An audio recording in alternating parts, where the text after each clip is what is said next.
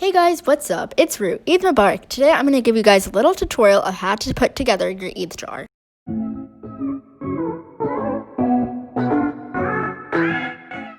All your materials will be in your jar.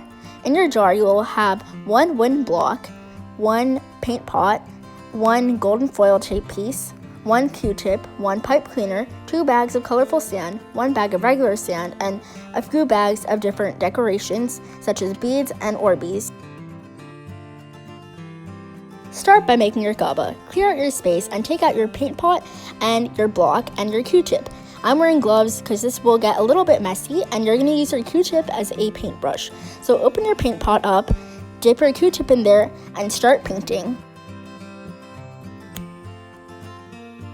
I've painted my entire cube and I'm going to set it aside so it can dry.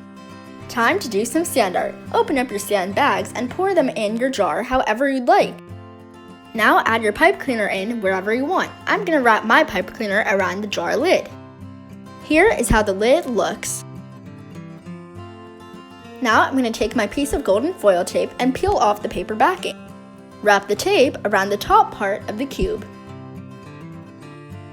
Now put your cube that's now a gaba inside your jar on top of the sand. Add some leftover sand around your gaba if you want.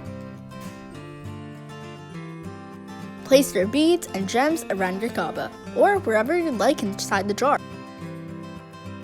I didn't include water beads in the kit I'm making, but if yours has water beads, take a cup of water and pour your beads into the cup. Wait up till 24 hours for them to expand fully, then add them inside your jar. This water bead isn't fully expanded, but it could give you a rough idea of how the texture of the bead will look when it expands. Now for the final results.